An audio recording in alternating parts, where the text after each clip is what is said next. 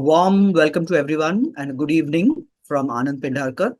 I'm sitting here in Bombay, Mumbai, and it's my proud privilege to invite Tahir Gazanfar, who's sitting in Srinagar, right on the northern tip of the country. Uh, Sprouts has been conducting these lecture series for the last 12 years, and we are in our 12th year now, and this is the second edition of the year. Uh, Keeping in line with the season. It's nice and wintry. It snowed a little less this year in the northern hemisphere and the Indian Himalaya.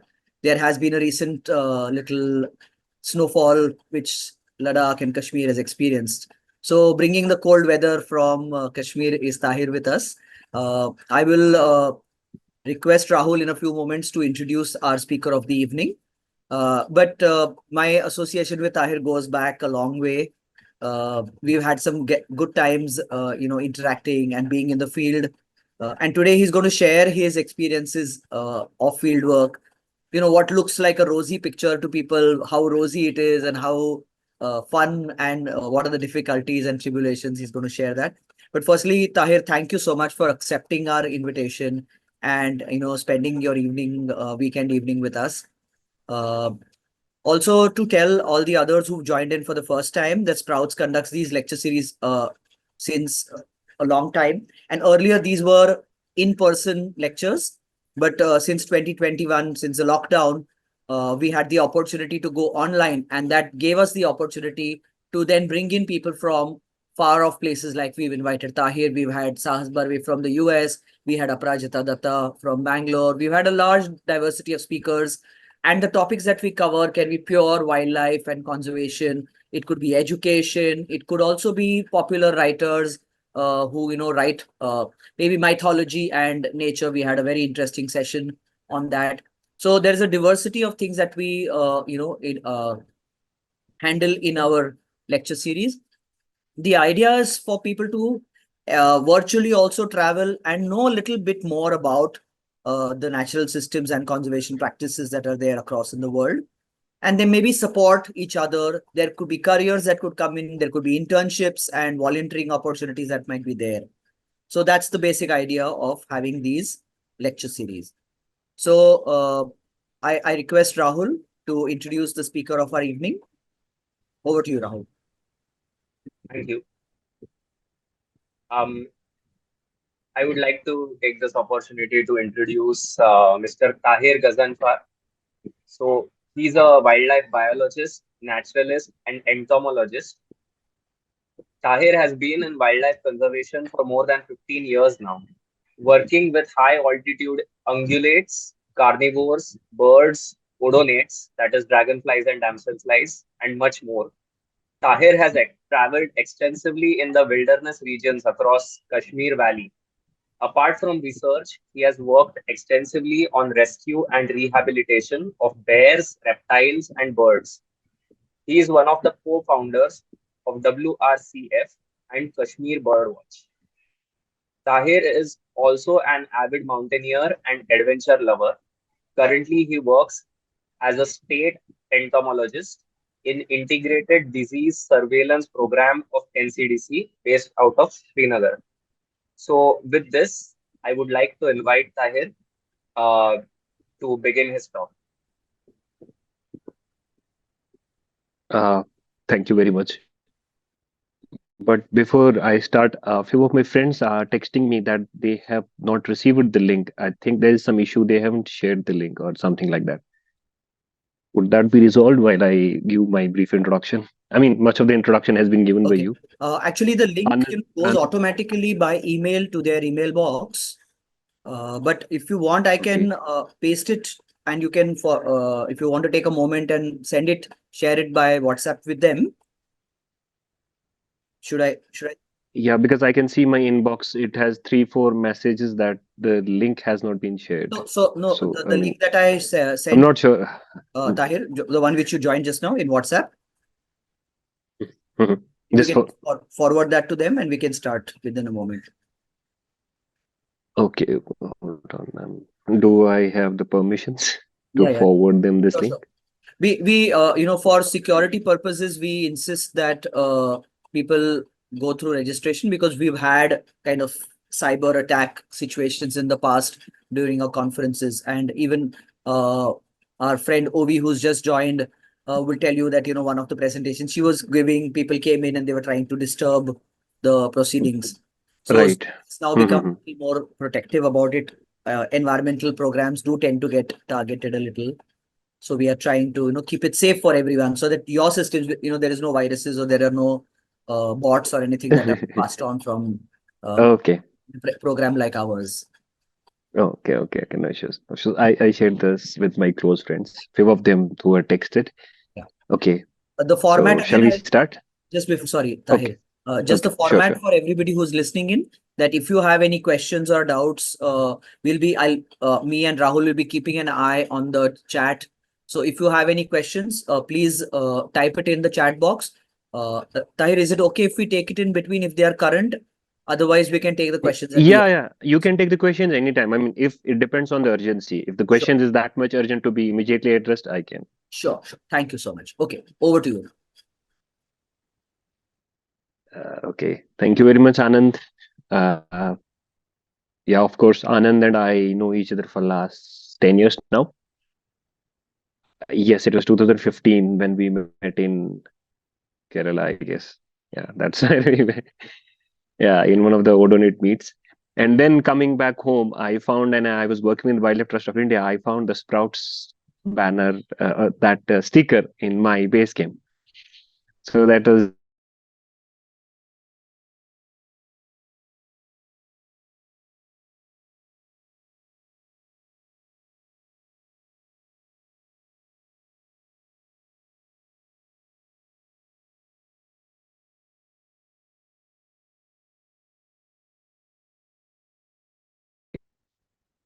nice. Is there anything wrong with the?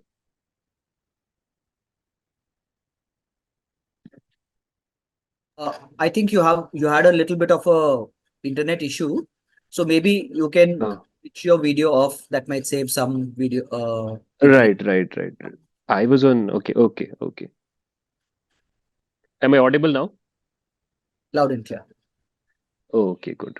You can see the screen. Yeah, I can see the screen at least. Okay. So, yes, my name is Tahir Gazanfar. As I call myself wildlife biologist, and the people also call me wildlife biologist. It would be better if people call me entomologist, because now I'm more into the entomological work. Yeah, I have worked with certain organizations in the past as well. I started my career long back as a volunteer.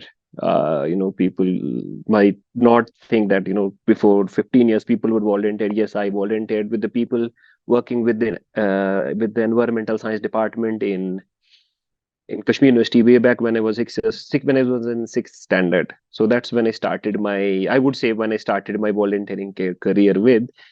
And after that, I worked with some researchers of Wildlife Institute of India. And after that, I joined Wildlife SOS for a couple of years, almost five of them, and then Wildlife Trust of India. And at the end, I started my own organization.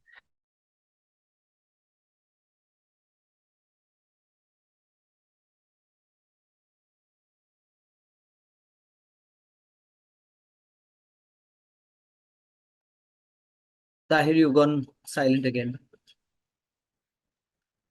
Hello. Is there something wrong with the network? I think there is. Rahul, you can hear him, because I can't in between. There are patches where you go completely silent and then you Oh, come back. please let me know where I go silent so that I also know that I've gone silent. Otherwise, Okay. So you can see my video, right? So I'll keep on pointing. If in case there's a sound issue, then I'll point out that way. sure. Please interrupt me. Please Okay. interrupt me. I cannot see the screen right now. Where is it? No? Can the others Ye- see my ye- screen? No. I can see the screen, but I can't see the presentation. Uh, should I shops? Can the Yes. Okay. No. I found it now. Okay. uh, Okay.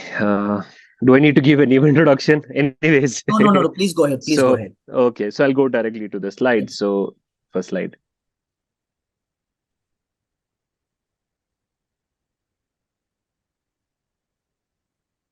Can we go to the first slide?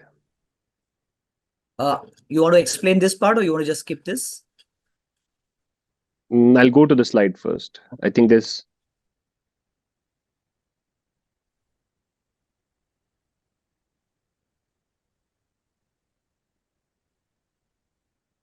Okay, as long as like this slides are shared, if people have missed, so I have been working as a wildlife biologist in Kashmir for last 10, 15 years. So I worked with several animals. I worked with almost all the landscapes in Kashmir. And this is one of the interesting, it's not a protected area. It's a very beautiful landscape in the North Kashmir, Bandipora district. So me and my friends were going across the landscape one day. So it was really interesting. I took the photograph, but I would caption it Agar Firdos Baruye Zamiyast. So rest Hamiasto, Hamiasto, Hamiast. We have water, we have plenty of mountains, we have plenty of green spaces. And yes, unique flora and fauna that is supported by these mountains. So we not only have the mountains or the landscape or the wild spaces, but also economically or the other means that we have had here are also equally worldwide known. If you look at the second slide, Anand. So next slide should complete Agar Firdos Baruye Zami Ast.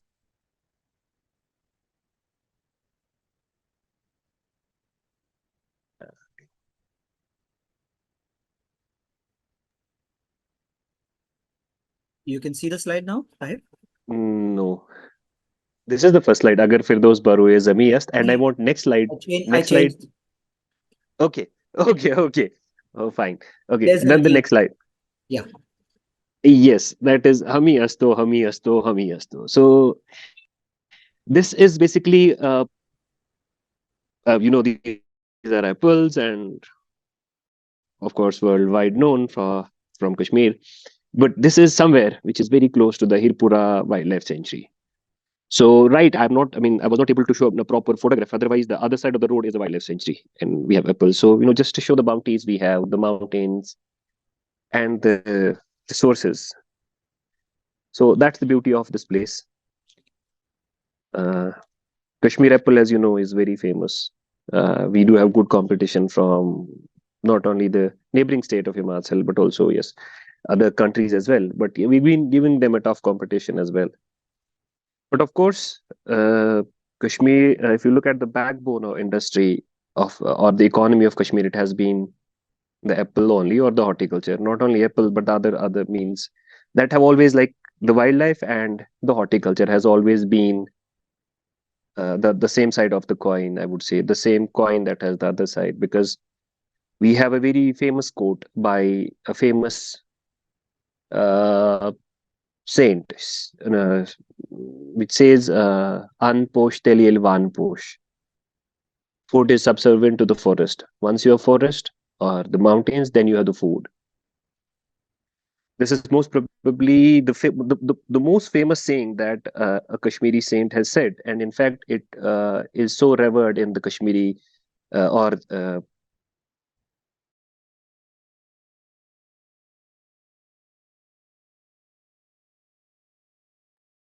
Can't hear you, Tahir. I think he dropped. Oh, I see. We're really sorry, network issues when our speakers join in from distant locations. Sometimes they have network issues or power issues also. So please bear with us. Yeah, he's back. oh, You can hear us and see us, Tahir? yes. Am I am I audible Yeah, and yeah. am Please I go ahead. visible? Yeah. Okay. So finally, I was telling you that We have a very famous saying, "Unposh tel yelvan posh." Food is subservient to the forest. As long as you have forest, you have the food. So when you have forest, you have wildlife, and then you have food. So this is something which is dependent on each other. Next slide, Anand.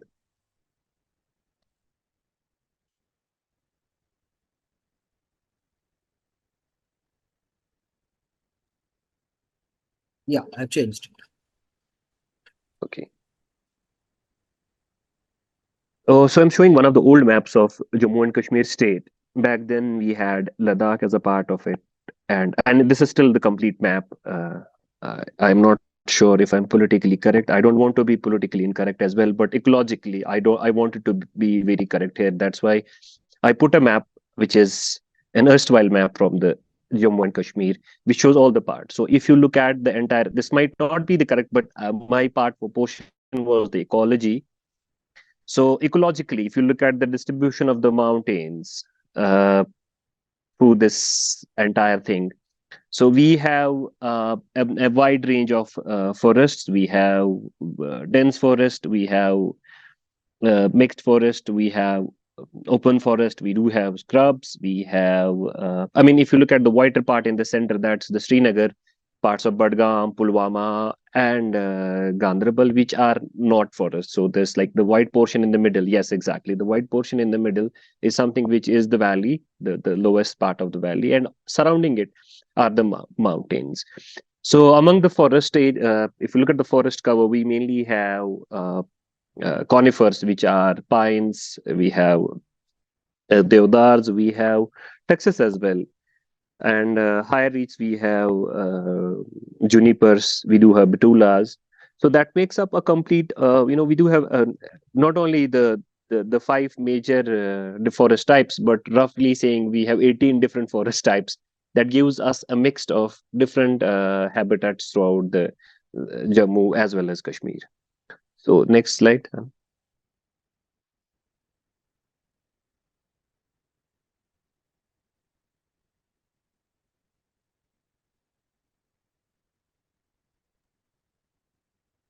Yeah, I've this. Okay. So yes, now you look at this. The white portion is literally the central part of the valley, and these are the mountain range that are surrounding the Kashmir Valley. We have the Bani Wahal Pass right in the lower right corner. We have the pass Bani Hal Pass through which we are connected to the right. No, this is the left, right side. If you look at show it the arrow on the right side. Yes, the Banihal Pass, right? Yeah, exactly. That is where we are connected to the Ramban or the Jammu division through that Pass or Banihal Tunnel now. And then you have the Pir Panchal range extending up to the Kazinag mountain range. Kazinag again is an outlet or inlet. It used to be an inlet earlier to the valley, but now is the only outlet to the waters now. And after that, we have Shamsabari mountain range, and then after that we have Gurez range or the Tulil range, which is very well connected to the Kargil area or the Tiger Hill, very famous Tiger Hill, if you might know. Around about that, there's a gully from there's basically a path, basically, or a road or a pass from Bandipura Gurez to the Tras area of Kargil. So, which is to the left of the Vular, and right then you are connected to the main axis of the Himalayas. That's Zanskar or the Zojila, and then we are that's how the entire mountain range or this oval valley is embedded in those mountain ranges. So, but these mountain ranges give us different habitat types also, because most of them are they have different aspects as well. They're different species distribution of trees as well. It's not just they have fir, it's not just they have junipers, they have a mixed, and most of them are meadows. I mean, if you look at we have a lot of grazing pastures or the marg, which normally start above 2500 meter. Say we have Gulmarg or Tangmarg. Marg is basically a meadow where now the pastures take their cattle, or earlier margs would be specific to the Maharajas or the Britishers used to come and stay there for a pretty long time. So Marg is something which is a alpine pasture or a subalpine pasture, having mostly grasses, no trees, and they would be very beautiful lush green high altitude lands. We also have a lot of lakes around, like if you must have heard of the Gangbal Lake or the Tarsar Marsar Lake, which is in the Pahalgam side. So yes, if you look at to the left of the Wular in the Ganderbal district, we have that Great Lakes Trek also, which starts from Sonamarg to the Naranag, and it passes through beautiful meadows also. So we also have Gangbal, Vishansar, Kishansar, Gadsar. They are the 7-8 lakes on the left side of the national highway, and Tarsar Marsar in the right side, above Dachigam to the right of Pahalgam. Okay, next.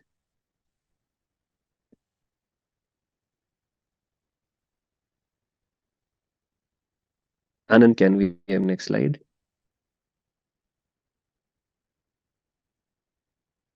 Yeah, sorry, there is a little bit of a lag between me changing and it showing up.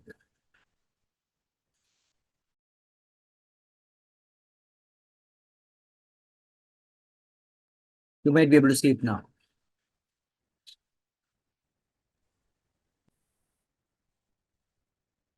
He dropped again. We just wait for him to come back. Yeah, sure. So just to give you a quick, flashback of what Tahir mentioned, that while Srinagar is like a bowl, it's a valley in the center. On both sides, you have mountain ranges. On the northern side, you have the Kashmir hills, and on the southern side, the Zanskar main range, and then on the lower side, you have the Pir Panjal. Okay, Kashmir outskirt demographics are much similar to Kargil, Dras, as sir mentioned, but why there is distinct difference in flora and fauna? Example, pines, Hangul. Right. Razaji will take this question. If in case it doesn't get covered in the presentation, we will definitely take it up with him. But I've noted the question. Any other questions that people want to add now and keep till Tahir joins back?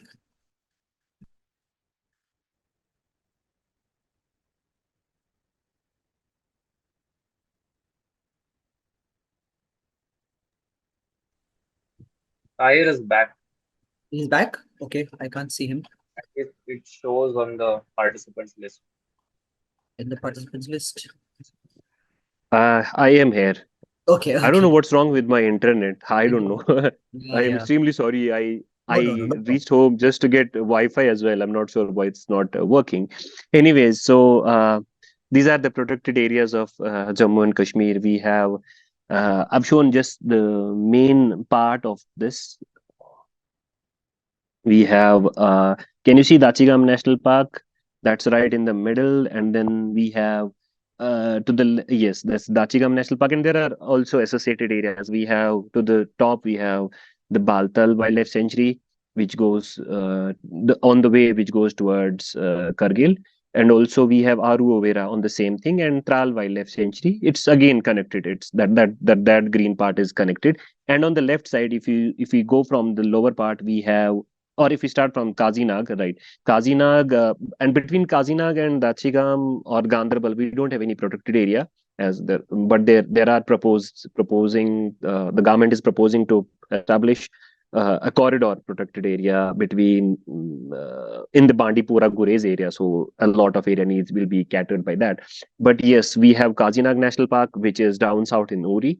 We have Limber Lachipura Wildlife Sanctuaries and also Naganari Conservation Reserve. And coming down south, we have Gulmarg Wildlife Sanctuary.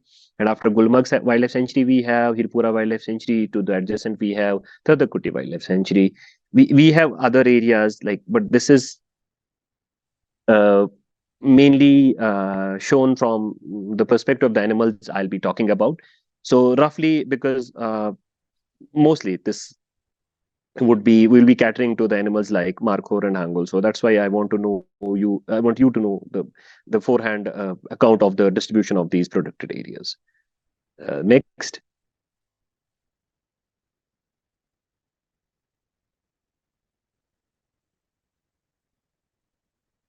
Okay. So yeah, I mean this was not necessary, but yes, of course, we should know where we are. We are in the North Himalaya, which is 2A biotic province of the Himalayas, not the Trans Himalayas, basically. So yes, somewhere in the 2A we lies our Kashmir Valley, including the part of Jammu that I'll be touching. I Next.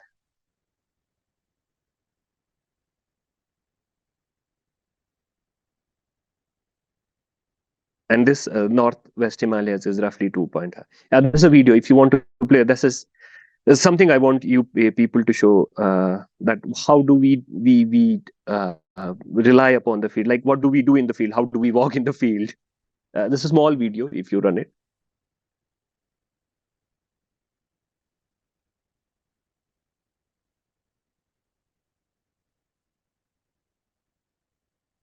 Uh, this would be a very normal day for us. We normally come across. I mean, this is just the area we can easily pass through, but there are areas, and this is from Kazinag. We were doing a Markhor survey, and this was, I would say, the easiest part we could go through because there was so much amount of snow that we couldn't cross across. And yes, of course, the avalanche that's always there. But walking in such an knee deep snow, or we'll say up to the level of your stomach, your legs always reply you back. They're not the ones who will always carry you across. And these are some of the photographs I'd like to show. And this is something which I always fascinate, because this is something which you call as true happiness. When I show these photographs to my friends, or even they uploaded on some social medias, and then they say, "Yaar, tu to bahut jagah pe gaya hai, ye maza aayega." And then, you know, this is something that always, we cannot explain it, that how we feel at that place. You know, you get cut off from the world. It's you, yourself, and the amount of and the amount of things you carry along, or just how much homework you have done to stay. And of course, doing all this hard work, you never want to come empty handed with no data, or just don't want to spend time or they're watching nothing. Yes, this is mostly from these photographs are not exactly the winter photographs, they are before winter, because all these places you cannot visit in winter because they are completely covered with snow. So these photographs are taken before the snowfall. So that's how we have been able to access. These are primarily taken in December month. So not in January, not in Feb. And unfortunately, when I compare the time with today's Jan and Feb, I'm like, oh my God, something serious is there. Because we used to have so much amount of snow that we would never go to the field because of excess amount of snow. But yes, today it's a completely different story. Next.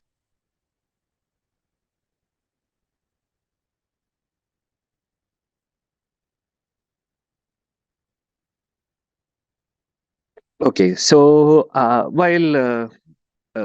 because the talk is wildlife of Jammu and Kashmir, so it encompasses a lot of things. It includes plants also. So I'll be starting with the beautiful flowers that basically, are so much charming and beautiful that you hardly you don't cross them without noticing them. And of course, we have done a lot of surveys also regarding the have to do So we have to do a lot of uh, biodiversity documentation. So with the wild flora, if you look at the flowers are there, we have Anopheles, we have Myconopsis. Myconopsis was once it almost came close to becoming a state flower of uh, Jammu and Kashmir. We also have Petrospermum, we also have Paleomon, we also have Sasuria costus. Yes, Myconopsis is blue poppy. And then we have the Ephenis bistata. It's like a complex of Polygonaceae family. So it has a lot of names, but we call it Ephenis or bistata. And the interesting plant, I mean, the interesting thing I'll tell you that we Kashmiris take a lot of salt tea. And if and before the advent of the salt tea in Kashmir, because the tea comes from the other states, the people used to have the roots of this Aphanes bistota as tea, because they are very much like the tea we have. They are very much creamy, very much creamy pink in color. So the people, or there I've seen myself, and even I have taken sometimes, I mean, of the same family, not exactly the same plant, but yes, Polygonaceae family, or the Polygonium leaves are used, roots are basically used, were used earlier as tea. So again, an interesting plant, and you will see the whole of the meadows covered with that. Okay, next.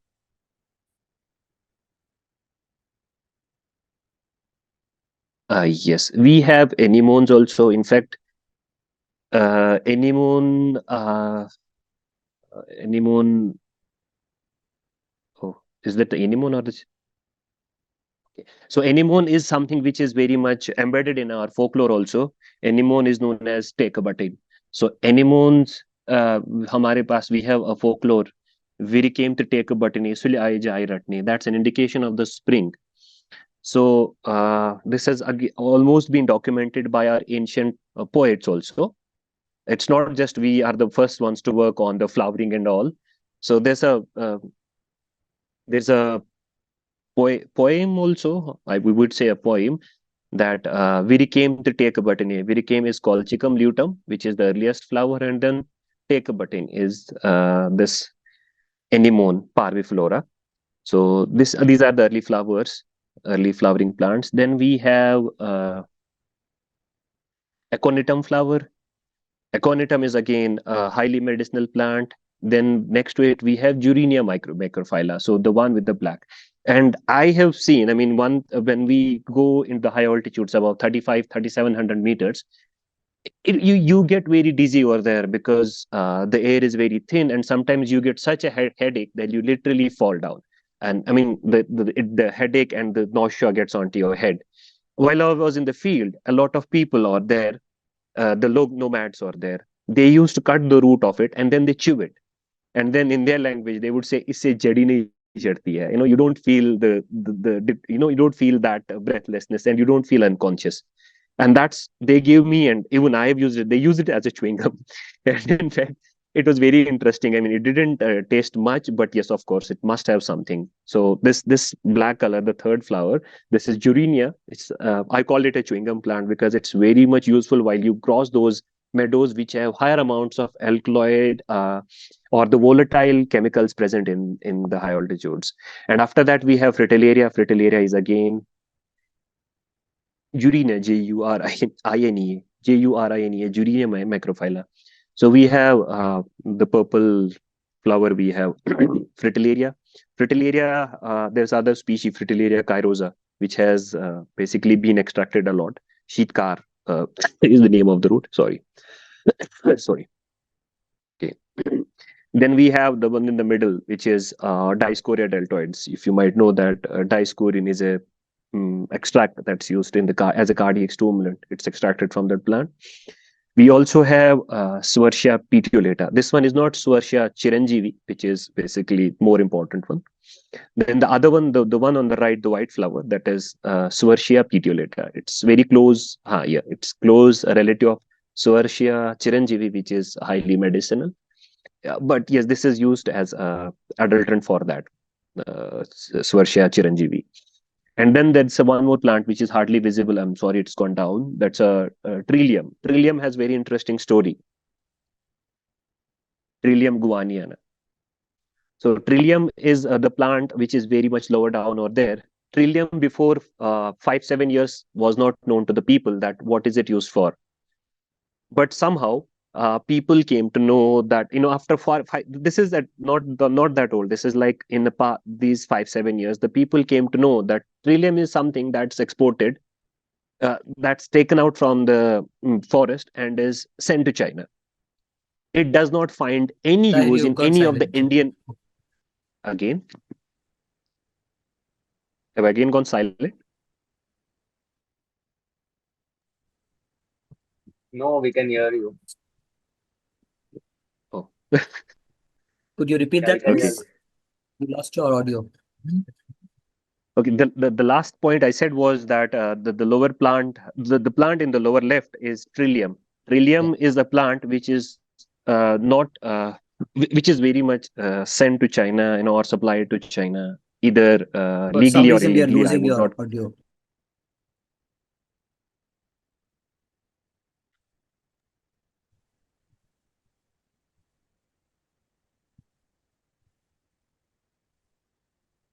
Is it okay now?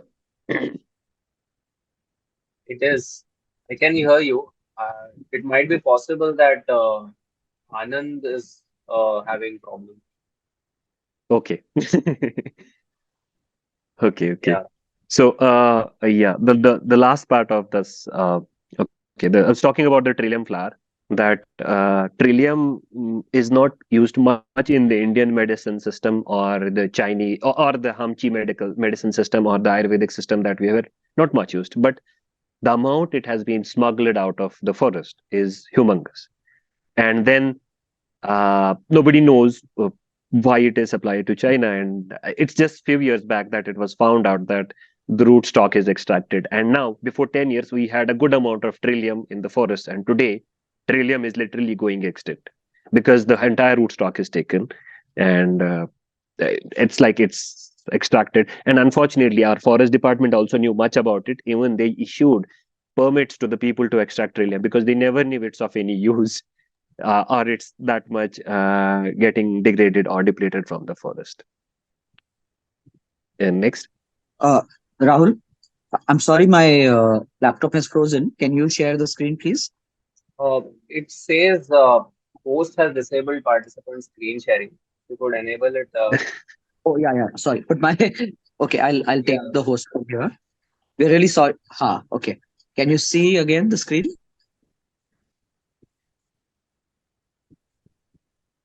My Zoom crashed for some reason there.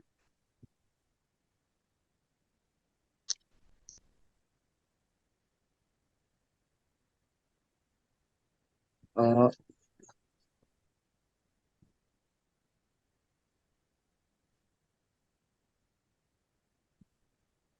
I'm making the host round. Please go ahead.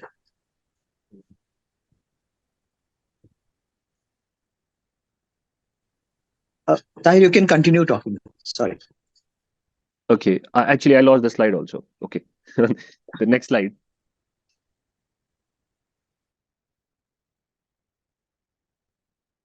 Recording in progress.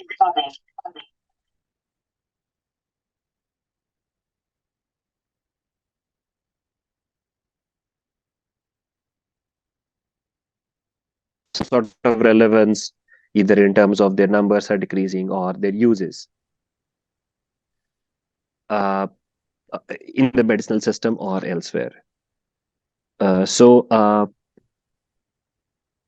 I haven't shown Susorius costus because I'll tell you a very interesting thing, that how many of you know that about a coat act? Coat is basically Susorius costus.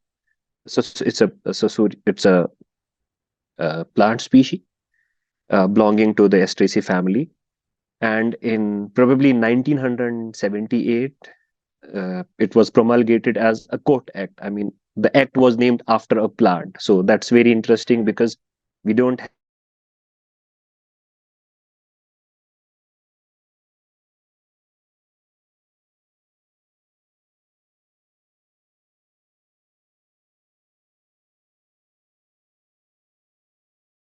of the one of the important plants for which the entire law was made. So this was known as Court Act, and there's a possibility of this act being already implemented, because in Maharaja times there was also something of a similar nature which was existing, because court was completely, which was court was considered, extraction of court was even considered illegal at that time. So only Maharaja would issue decree or the permits to the people to collect court.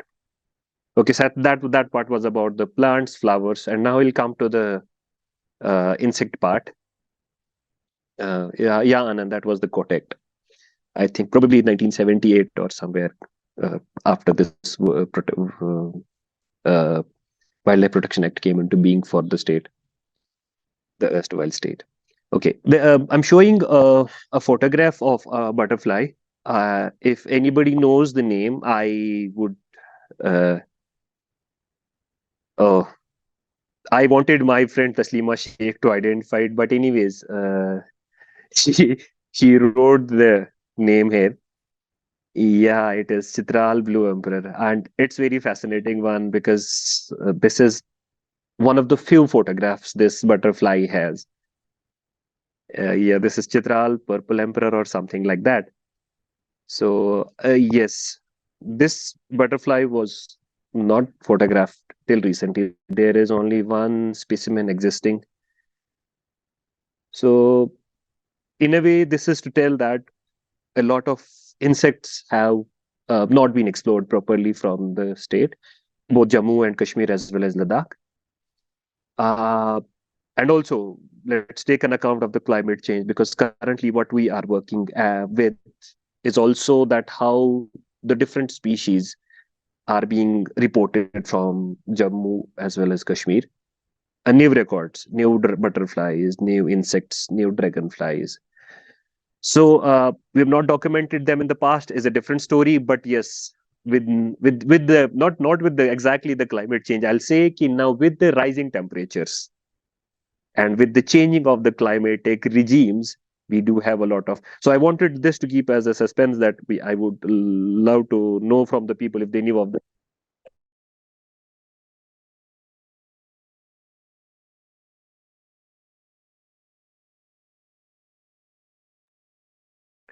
Okay, so next slide.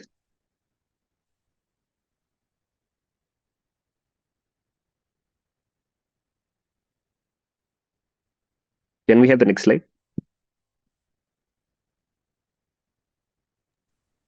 I have shifted to the next slide. Can you see it? No, unfortunately. Yes. Okay, so while talking about the insects, I would not be talking much about too many insects, but just the few I'm interested with and I have been working with. So the first one I'm presenting here is damselfly, Ishnuna iranmata. So it's known as Kashmir damsel. It's endemic to this place, and the male, there are two, there are the females is of two different types. We have certain other species of damselflies which exhibit female exhibits two morphs. So here we have one which is very much found in Kashmir. You can see this in abundance in Dal Lake. It's completely different from the one we have in the Indian plains, the Ishnora rubello or the Ishnora, the Senegalensis, which is completely different.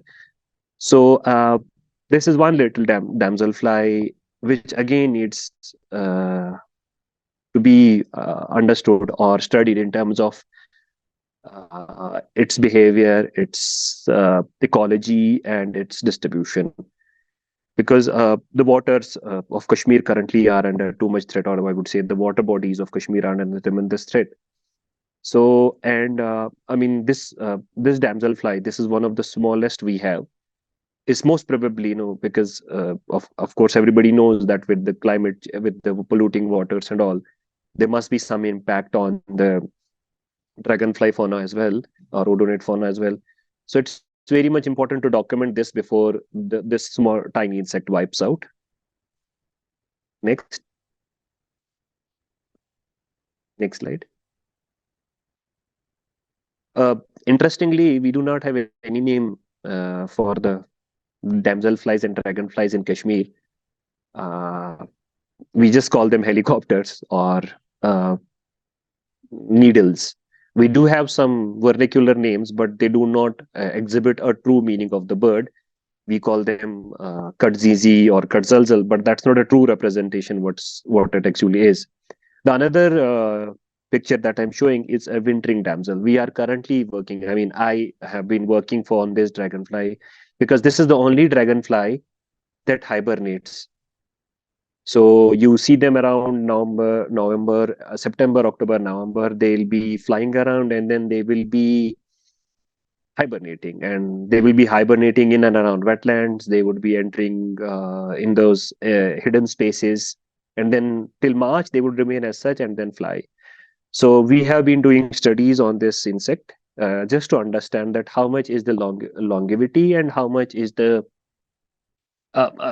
hibernation possible in higher amounts of snow, and what do they do in the snow.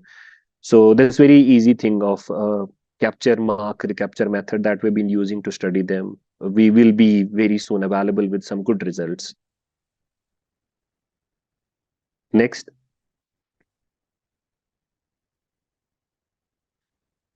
This is another interesting thing, this Enelgama cyatherium, or the blue damsel. This damselfly, like the last record of this damselfly was, I think, 80 years back. It was reported from. After that, there have been so many studies and nobody reported it. So it's not that damselfly you will miss because of its striking colors, but of course, a lot of studies need to be, started with the insects.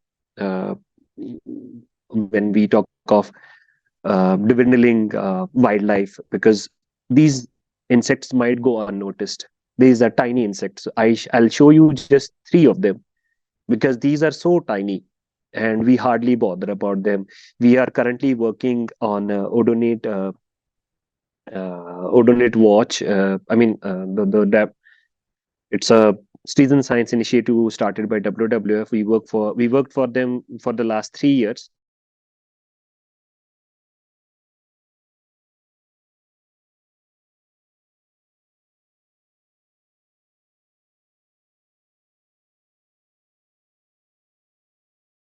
Your voice is gone again, Tahir. Are you there?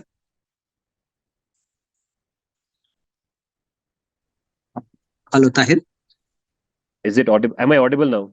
Yeah, you are. Thank you. Please Okay. continue. So from our past studies, okay. So from our past studies, it has been evident from the last 3 years, we have enough data to show that a lot of these insects are are diminishing, or basically we're losing a lot of insects. We have a 3 year study good enough to prove that how the habitat change has led to the degradation or the depletion of these insects. I won't be talking about the result, but yes, we have them here.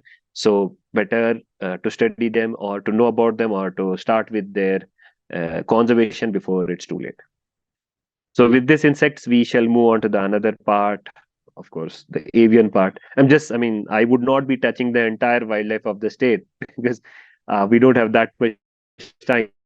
So we will be going through the major concerns that, as per me, would be more interesting. So when we come to the avian part of the Himalayan thing, we do have a lot number of birds that are reported from Jammu and Kashmir.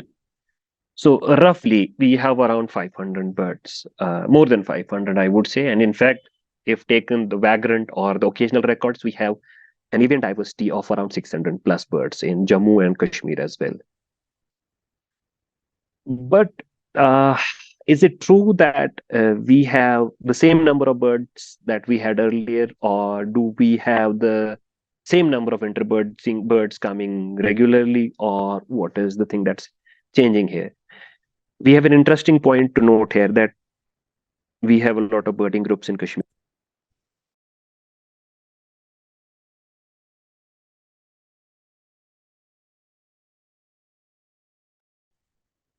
Your voice is lost again, Tahir.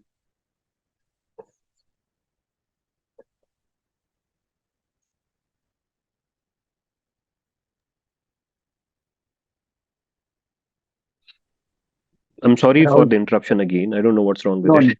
no issues, no issues. Please continue. Okay. So from the avian perspective, for the last 4 or 5 years, we have recorded. I mean, people who are working on birds, people who study birds, people who photograph birds, or people who are tour operators. We have a lot of people who are into birding, bird touring, bird walk business, or just birding for their studies. So last 4 or 5 years, we have recorded more than 40 birds that have been never recorded from Kashmir. So it from a bird watcher's perspective, it's interesting. Yes, we have just an increased number, but from an ecological perspective, this is something we should take a note of, because why suddenly we have alarming number of the birds recorded. In fact, one of our students, Hamad, he is also in the talk. He is being he's studying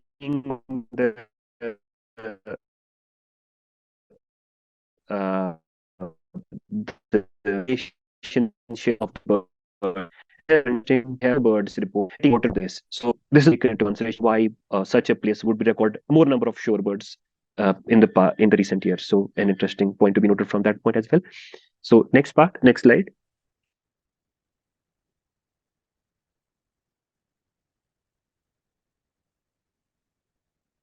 Next slide.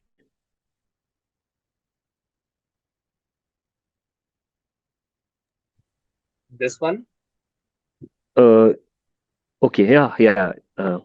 So we have, I mean, this is something which is documented, reported with confirmed records, and throughout the year.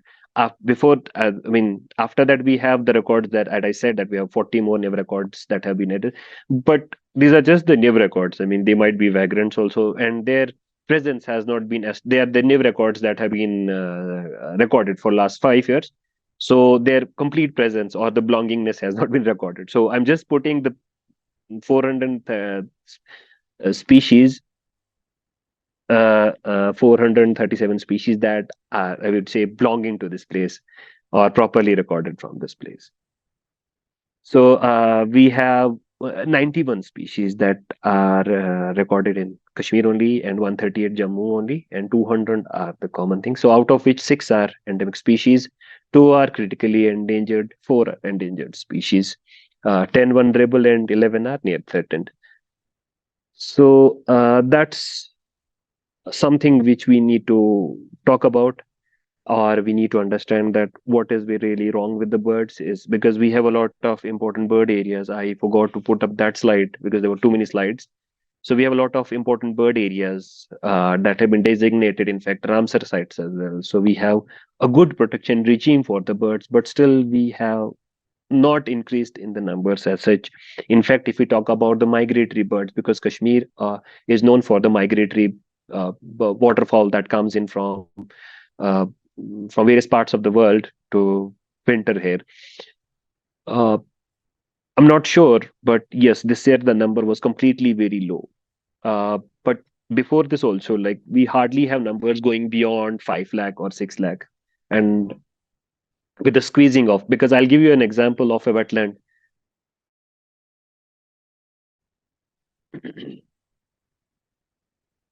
uh, there's a wetland known as Mirgond wetland.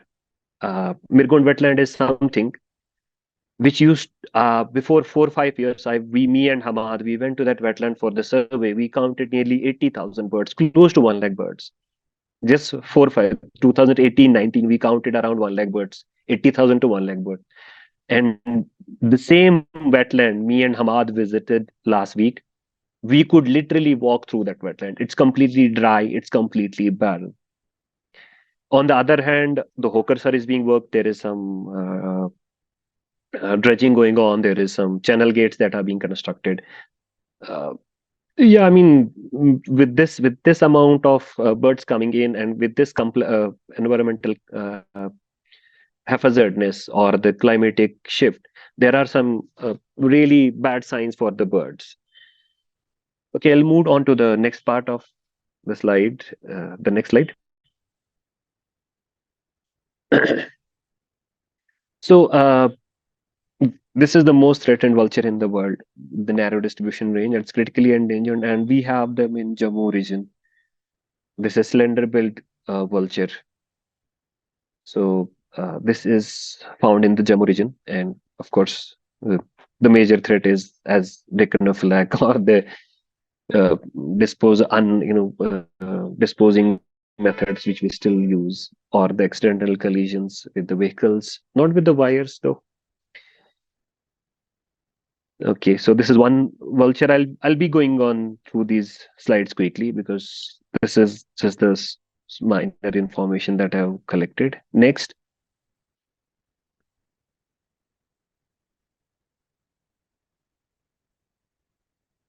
Yeah, white rumped vulture is another, which is again it's again one threatened bird. This again does not come to Kashmir, but yes, this is the southern face of Pir Panchal range, the Ramnagar, Jammu, Batindi areas, or the Rajouri parts that this vulture can be seen. Next, next is uh,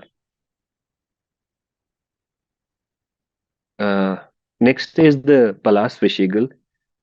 Although this might be visiting the main, this might be present in the Indian mainland, but we have no record of this bird after 1980.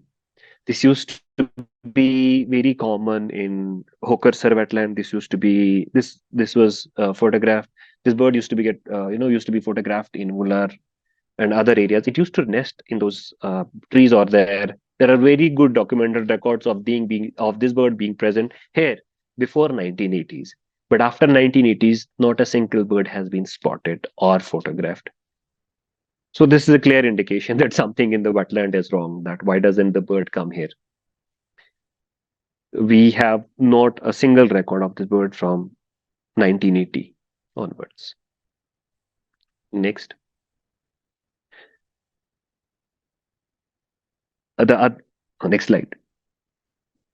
Next slide would be Egyptian vulture. Okay, so Egyptian vulture, we have them here in Kashmir, and this is of course known as Pharaoh's chick or whatever you call it.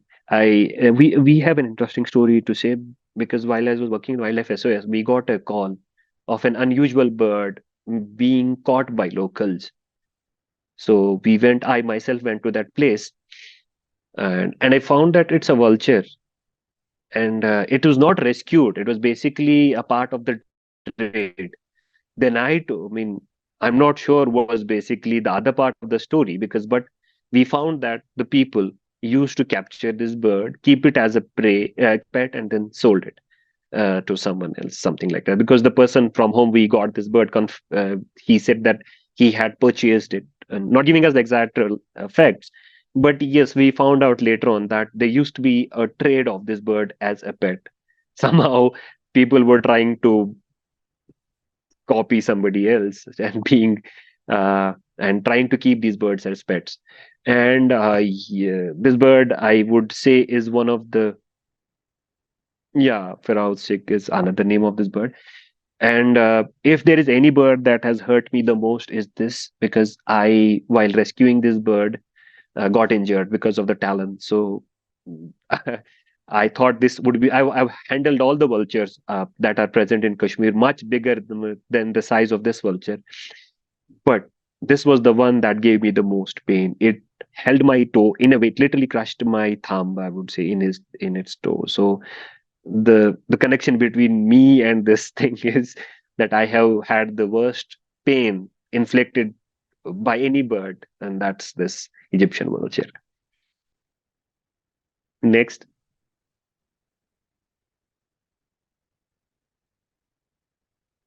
next slide.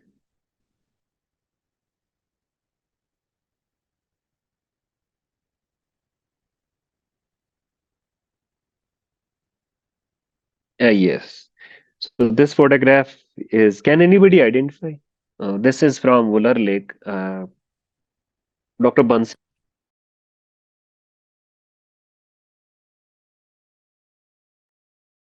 We lost your voice again. Sorry.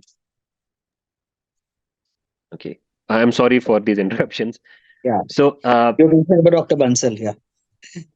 yes, this bird was talked about last time by Dr. Bansal because if you have been into his talk, you must have heard that he spoke about the bird visiting two places, one in Punjab somewhere and one other in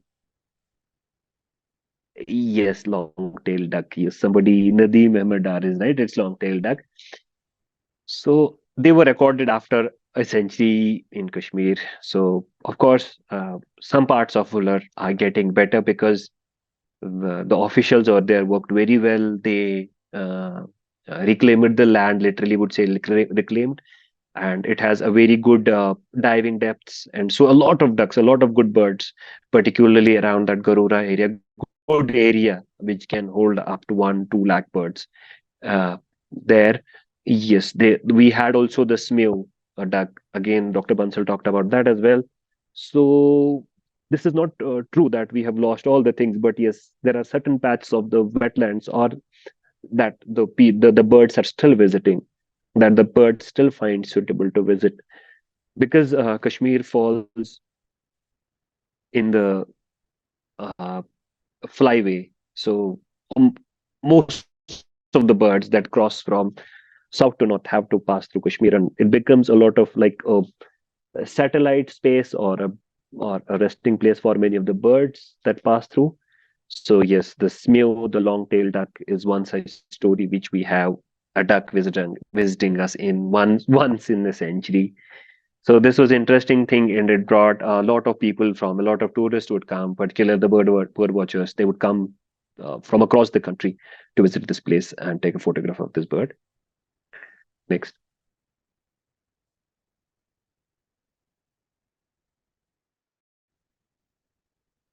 next,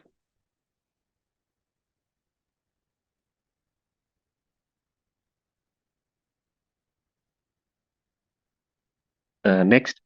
Can we have the next slide? He has changed it. Is I it this cannot one see or this. one more? We Western, not the not the duck. Tragopan? We have Western Drago. Yeah, I cannot see. I mean, okay, I'm sorry. Yeah, yeah, Yes, now I can see it. yeah. Okay, Okay. okay. So, this is Western Tragopan, and this photograph is taken from Kazi Nag National Park, uh, Limber Lachipura area. And this stands the only photograph taken of the bird from Kashmir, and in fact, by a non-Kashmiri birder. I'm sure much of the people would be knowing Jenny Maria from Bengaluru. So she was here and stayed for this bird for in the similar in a place for almost 17, 18 days. So finally they had this photograph. So this is most, I mean, till date, this is the only photograph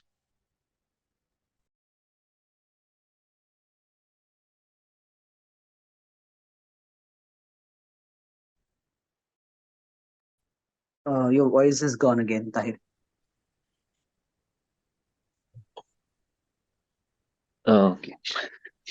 So this Western Tragopan, there's an interesting, not an interesting thing, but yes, wherever you see Markhor, you also see Western Tragopan. So they literally are sympatric.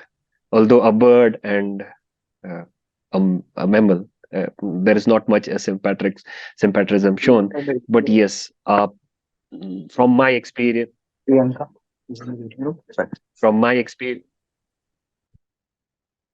from my experience, what I know about this bird and what I've seen and what I've heard, because there have been I've been the part of the surveys of this bird as well, and all those areas which have Markhor have this bird as well. Yeah, unfortunately, there are not many photographs because this is such an elusive bird that cannot see them, and it needs a lot of effort. Like 18 days of staying in the field gives you this photograph. So just imagine the amount of efforts that you need to put in. So we still have them here in Kashmir, although Himachal has better populations than us. But I'm not sure about the populations. We do must have better birds than them. But yes, they have not been explored. I mean, a lot of bird watchers can come and explore this part as well. Or somebody takes up, because I'm not sure if anybody after Rahul Kohl, who did his PhD in 1988, 35 years ago, after that, nobody has touched this bird as a topic of research or something else. Next, this bird is Kashmir flycatcher. Next bird. Okay. I've changed. Can you see? I cannot see, but yes, I as you. Oh, now I can see. Yeah, the next bird is Kashmir flycatcher, and of course, everybody must know that this is an endemic bird of Kashmir. It breeds in Kashmir only. It travels all the way from Kashmir. It winters down south in Kerala or Sri Lanka around, and there have been a recent record because it migrates from Kashmir to Kerala. So there's one recent record that has come somewhere between now and 2022 to 2023,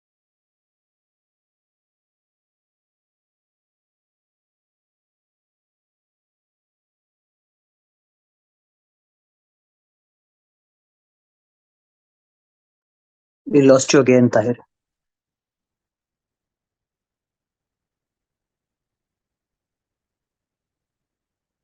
Are you there, Tahir?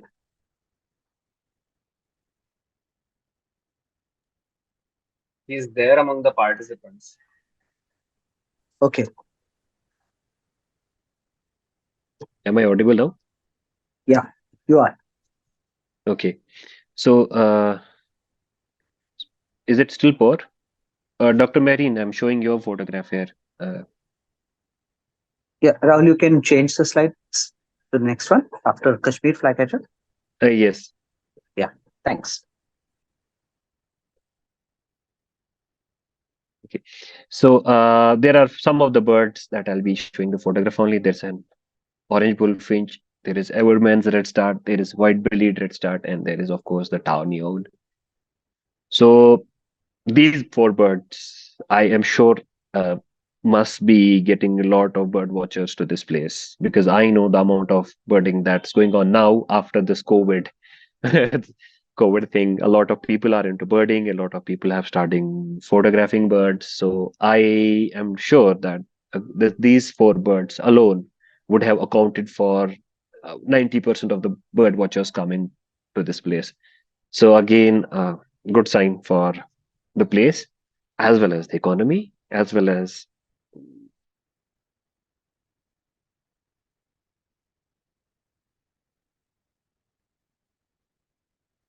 so these are orange bullfinch, Everman's redstart, white-bellied redstart, and the tawny owl. So next slide. This would be the list of the vulnerable birds of Jammu and Kashmir. It's a long list: Western Tragopan, Cheer pheasant.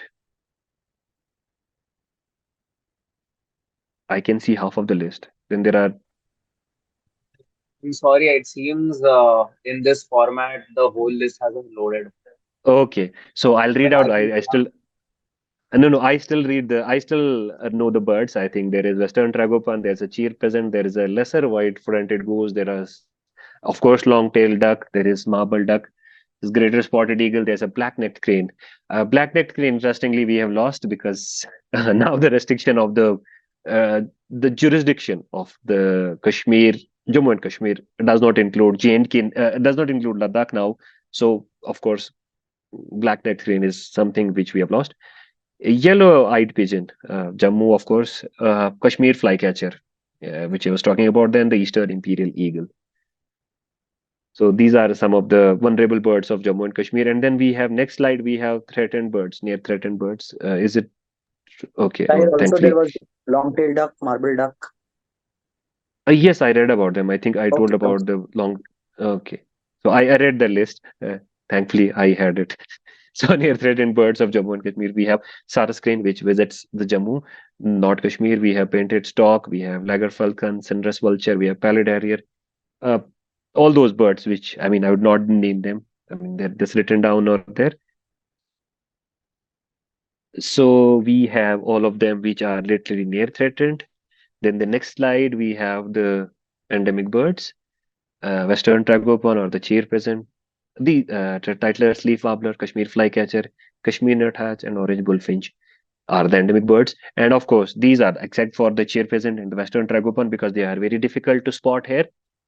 And even Titler's leaf warbler as well. But Kashmir flycatcher and Kashmir nuthatch and orange bullfinch, they are the ones who are basically in the top list of the priority of the birders who come from across the India, and also foreigners, because I've seen a lot of foreign birding being done. There are a lot of people from India also who bring in the foreigners, and this is the sorted list. Like they come up with the checklist, and these three, four birds: Kashmir flycatcher, Kashmir nuthatch. In fact, Kashmir nutcracker also is on the list of certain birders, and uh, and the orange bullfinch. So the next slide is about the reptiles. So I'll put up the two slides, two photographs only. One is the Himalayan pit viper, and the other one is the Levantine viper. So we call them gunas or puhur, which are not synonymous, but they are not properly used. Sometimes the people in one place call Himalayan pit viper as puhur, and the people in other place also called gunas. So the Himalayan pit viper and the Levantine viper are the only two viper poisonous snakes that we have in Kashmir Valley. Uh, and they are, of course, the least studied as well. I am sure, if I recall one of the uh, conversations with the top herpetologists, I showed him the photograph of the Levantine pit viper, and he completely refused to say that it would be Levantine pit viper. I told him, no, listen, this is Levantine pit viper, and this is not this is Levantine viper. This is different from Himalayan pit viper, and see the difference. He said, how can you say that your Levantine viper is a Levantine viper? How? I told him that this is documented. No, this is documented because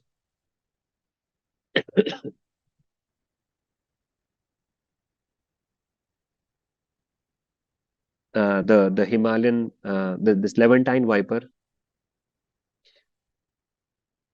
is not true Levantine viper. If you look at, I mean, these are the words that this is could be a different. Yes, exactly. Taslima Sheikh is DNA barcoding. Yes, this is something that the person said that looking similar. Still, there are a lot of differences in the what was described as a Levantine viper and what you have as a Levantine viper. So just going by the old traditional textbooks does not mean you have the species here until this research is until the new research is done. So my point is that the Levantine viper we have here must be Levantine viper. Uh, but of course needs proper studies, because there's no studies that would say yes this is or no this is not. So of course yes, this would be true. The next slide. Okay, so the next slide is a frog that we have been studying for last 3-4 years now. This is Ladakh lazy toad that we are studying because this is again one of the high altitude frogs that's getting depleted or that's disappearing owing to the huge amounts of fishing in the areas which the fishing was not earlier done, or the introduction of the fish in certain high altitude lakes and other anthropogenic pressures.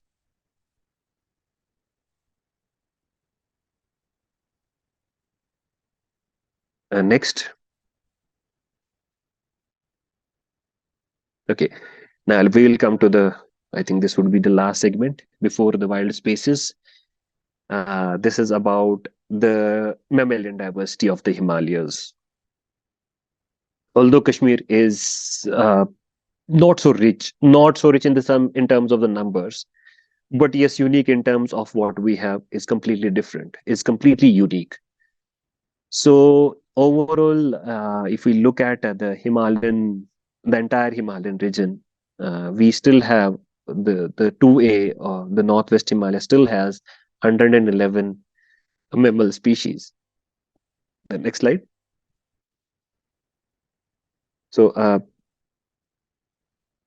roughly we have 91 species that have been documented, of which 79 are in Jammu, 75 are in Kashmir. One is critically endangered, and we're talking about 2 are endemic, 6 endangered, 6 vulnerable, and 5 are near threatened. So I worked with majorly 2 of the species that I'll be talking about. Next slide.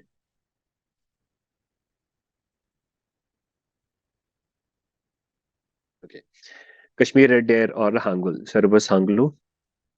This is now a separate species and now critically endangered as well. The population is around 200 in Dachigam, and it's expected to be as high as 400. The recent studies that have been done by researchers in CCMB, so they say there must be the highest, that there must be a 400 number that is quite possible from the genetic analysis. This, if you look at those arrows that are visible, this Dachigam is currently the main abode of this animal. They're found to the left of Dachigam, which would be Ganderbal to Gurez, because historically the distribution was from Chamba to Gurez. So while going from Dachigam to Ganderbal to Gurez, there are a lot of things that I'll again talk in my next slide. And on the right side, it would be the Tral Wildlife Sanctuary. It continues with the Aru Overa, and then the later part would be the part of Kishtwad that would connect them to Chamba. So there must be a possibility of Hangul in Kishtwad. Unfortunately, currently there's no population known. So we only have major population in Dachigam. We have we would say meta populations in Tral, which is around 10 to 15 animals. We also have not a smaller population, but a group of animals that is often seen in the Naranag side or the Gandharbal region. Next slide.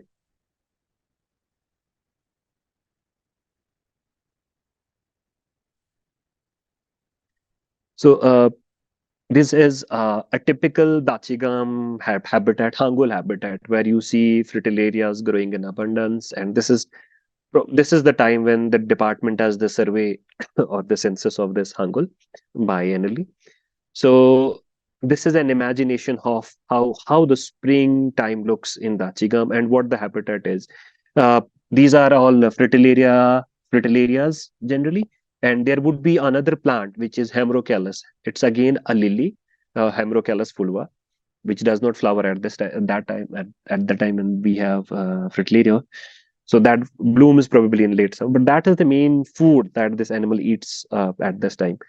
So this is an ideal habitat for Hangul uh, inside the Achigam. So this photograph is inside the Achigam. Uh, Very beautifully set up. Trees are yet to have the leaves, but the fritillarias have already bloomed. And the time of the survey, probably in the time of like in the month of March or April, earlier April, it's very wonderful to be in Dachigam. It's such a lovely landscape. Okay, the next slide.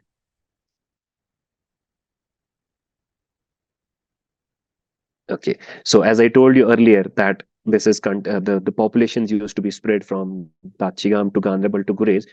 So this is something which on the right side, if you look at the mountains, the right side mountains are the Dachigam, and in between there is a national highway, there is a river Sindh, and on the left there is a Ganderbal mountain. So earlier, when the populations were not there, or the populations were lesser in number, this was very easy for the Hangul to cross across from Dachigam to into the river Sindh catchment and then into the forest area on the left side. So because I have done the corridor studies and threat assessment of this corridor. So I would say that it's impossible for a Hangul to cross across. In 2019, it was a group of four Hangul female. There were three females and a fawn who tried to cross in the month of April. So they tried to cross, and the females they were stronger enough to cross, but their fawn was not able to cross, and it was hit by. It was not hit probably, but yeah, it was chased by the dogs, and it was not able to cross across. So the fawn died after a few days. It was taken by the wildlife department, but it couldn't survive due to so many reasons. But just look at this part that this used to be a corridor where the Hangul would cross freely, but this is being getting built up. There's a river in the middle. There is a national highway. Then the area is getting built up, and then the tourist inflow is increasing. So this is one big hurdle that the Hangul has to cross while going into the Ganderbal corridor. This is near Ganivan, which is 30 kilometers above Kangan, the main town. The next slide. The next slide would take you to the Gurez corridor. Uh, Gurez corridor is this is basically part of Great Lakes Trek. So this photograph is basically from Vishansar Great Lakes. So this is ideally the same place which the Hangul might have used. Not surely that this is not, because we are not sure whether the Hangul uses this area or not. But earlier, if getting into the Gurez was an option for the Hangul, this might have crossed the same thing, because the Great Lakes trek passes through that part which has been a corridor of the Hangul in the past. So here, now interesting thing is that a lot of people uh, uh, go in for this Great Lakes trek, and there's a tremendous flow of tourists into it. So one thing that I would suggest is, because one, the area being pristine, and the second, it being sacred from the wildlife perspective, and third, it being a corridor for the Hangul. So there are too many precautions that any camper or any camping group or any tourist group would need to take. Great Lakes is not for the lakes only. There are so many animals, because recently we have had a recent advancement that Great Lakes Trek also has snow leopard. We also have brown bear over there. We have ibex over there. So, and putting on the record, not a single tourist group has ever recorded a single animal, because they never move for a nature trail. They move for a lakes trek, 7 days trek, and complete it. Whatever comes, they hardly spot a bird, they hardly spot an animal, they hardly spot anything. And in fact, there are too many other things. Yeah, this would be a request for the people or the audience who are intending to do a Great Lakes trek. Please do not do a Great Lakes trek for the sake of lakes in 7 days. Do it for the other things. There are beautiful birds, there are beautiful plants to be seen, there's a beautiful landscape to be seen, and of course, I'm not sure, but yes, could be possibly beautiful mammals that could be encountered. So if possible, do have a second thought about Great Lakes trek, because this is something which is very well ecologically important. Next slide.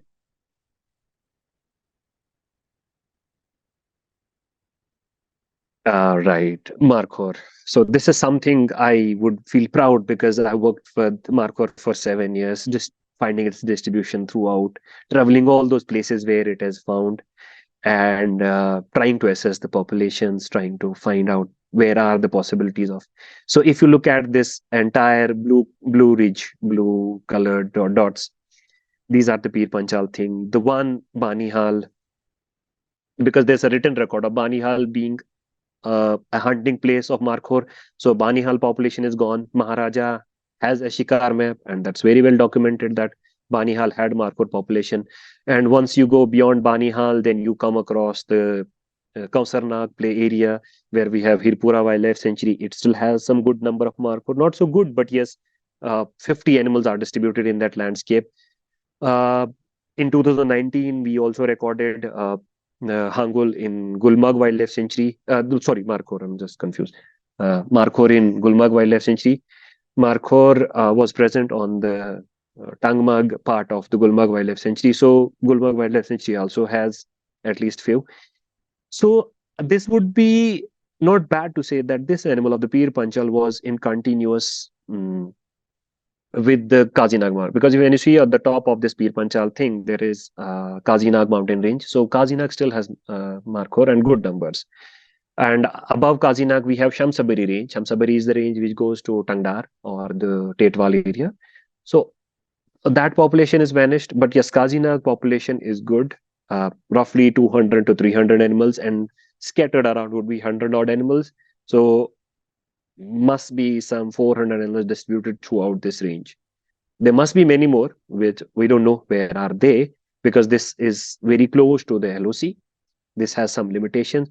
I have done the surveys and I know the limitations, and I have the auguries from the field. I have too many interesting stories, but I wouldn't say here. But yes, we have spent a lot of time. We've dedicated a lot of time in finding this animal, and we have spent good amount of time in police stations as well, in army camps as well. Why do you go in those areas uh, for the sake of this animal? Okay, I'll quickly cross through the slides. Then we have next slide. Next. This is one of the beautiful shots I've taken of the Markhor. This was taken in the evening, and when we slept, we were sleeping in that mountain or there, and I had one of the best photographers, Shivang Mehta, with us. when we slept at around midnight, we woke up and we had 4 feet snow, 3 to 4 feet snow around us. So we were on the top of the mountain with 4 feet snow. The next, we spent one day coming down. So this was one last photograph we took of this animal before the snowfall, and after that we had to come down. So there's another story which I won't be sharing. The next slide. Oh, this is something. Oh, this is what I talked earlier, that what is the distribution of it and where these have vanished. So currently there are only two places. One is the Kaziranga National Park and another is the Hirpura Wildlife Sanctuary, where we have established populations. There are few individuals because the males keep on moving around. So there are distributions. So there's a possibility of rewilding because Kaziranga has a good population of around 200 to 300 animals. If we want to rewild them or if we want to reintroduce, there is a possibility because we have a lot of landscape where this animal can be reintroduced. Next.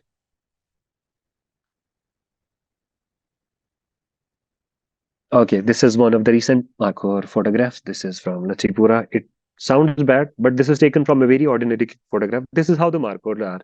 You have a cliff. They look very ordinarily on the cliff, and like until you focus on them, until you zoom onto them, and then you find out, oh, there's a Makor. And then there are many. How many can you see in the photograph?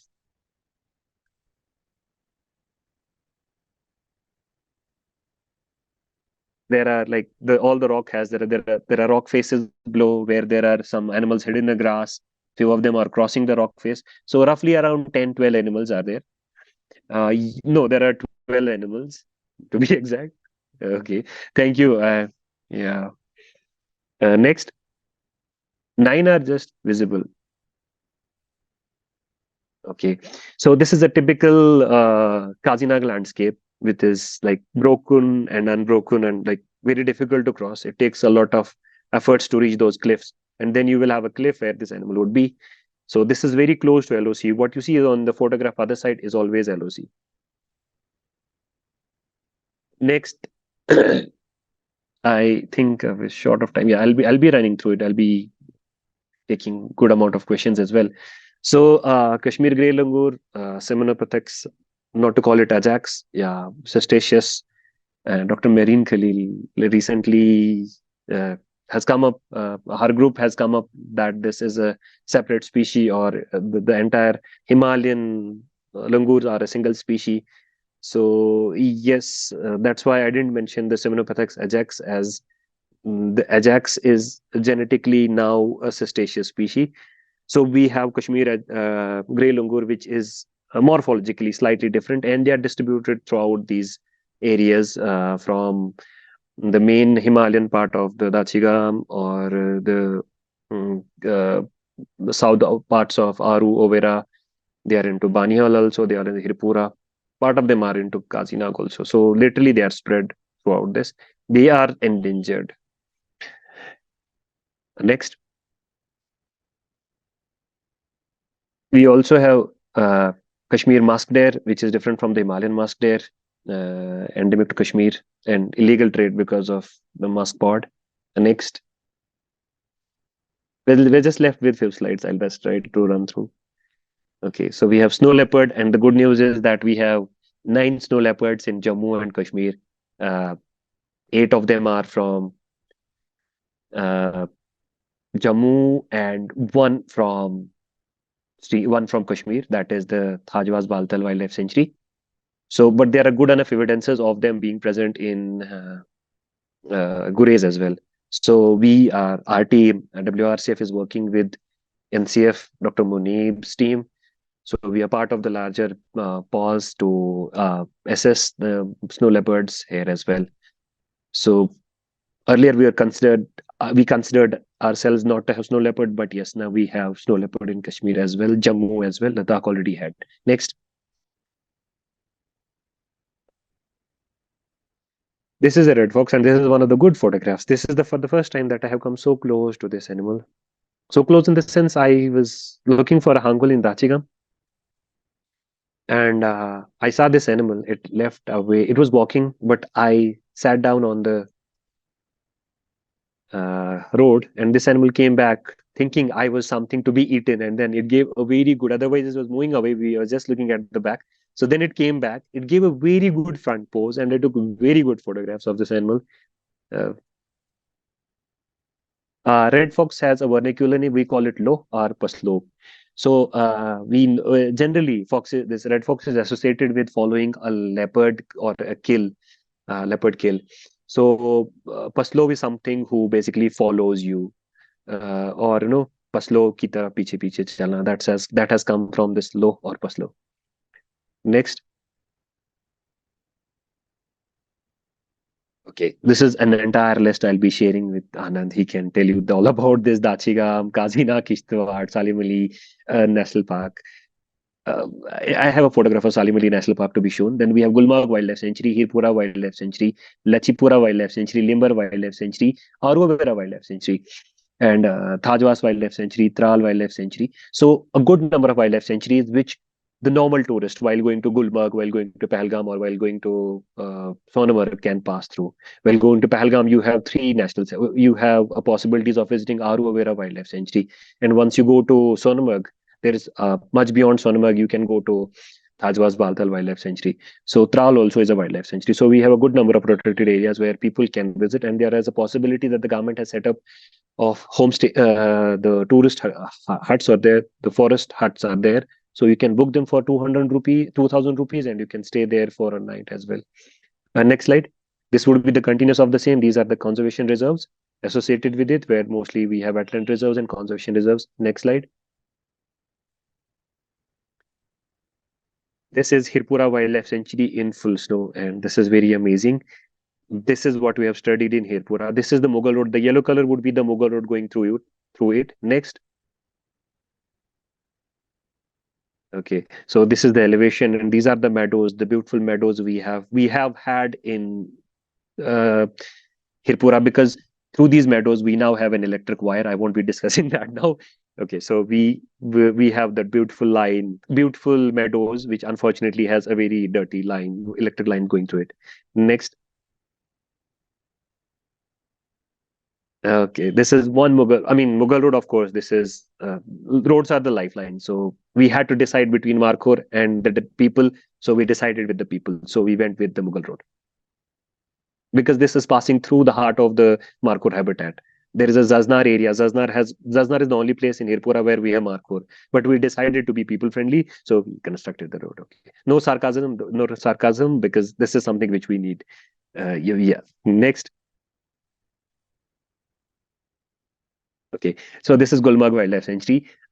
The right side, you have all the compartments of the Gulmarg Wildlife Sanctuary. The green part is the bowl part where the tourism activity should be ideally allowed, but the entire Gulmarg Wildlife Sanctuary is used as a tourist area. So not too many tourists would know that they are into the wildlife sanctuary, because there's no board. As you go right from the Tangmarg, you go into the wildlife sanctuary, and I'm sure all of the people must be aware that going into the wildlife sanctuary without permits and without knowing is a crime. So the next time you go to the Gulmarg, please visit it as a wildlife sanctuary. Only the green area, the bowl area, and certain parts through which the gondola passes, are kept free for the tourists. Rest, are kept for the tourism department. But yes, you are there. You keep in mind that you are in a wildlife sanctuary. Next. Baltal Thajwas Wildlife Sanctuary. This is something, if you go to Sonmarg, that's gone now, because Sonmarg again caught between the lines, economy and the development. Economy and ecology, this is a very tough tussle. We cannot do anything here. Yes, we have lost part of the Sonmarg because now we need hotels. And yes, we have kept the wildlife sanctuary on the right side. Next. Dachigam. Oh, it's not showing the photograph. Next. Okay. Salim Ali National Park, or the Steve Forest National Park. This is a national park on papers only.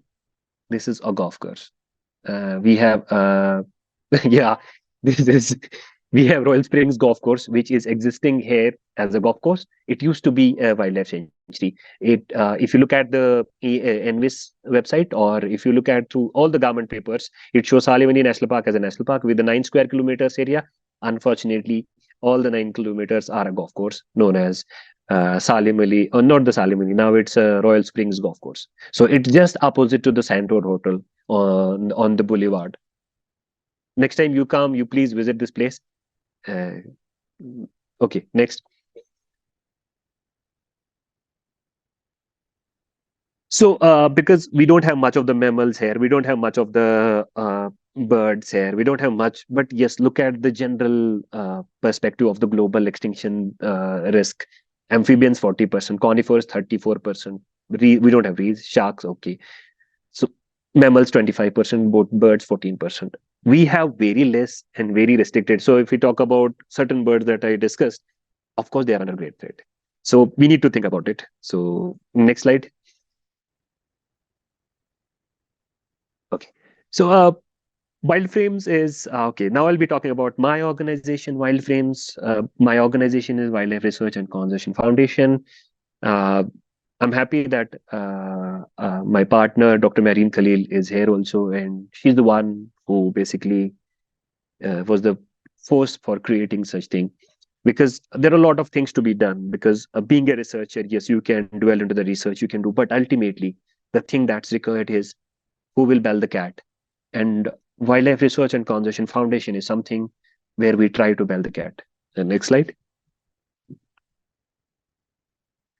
So what we do, so awareness is the first thing that we try to lay step on initially. So we do a lot of research, and then we put a lot of research into the education. So we have worked with a lot with students, right from kindergarten levels, I would say, to school children, to the colleges, to the universities. So imparting conservation education is something to all age groups is what we are trying to do. Next slide.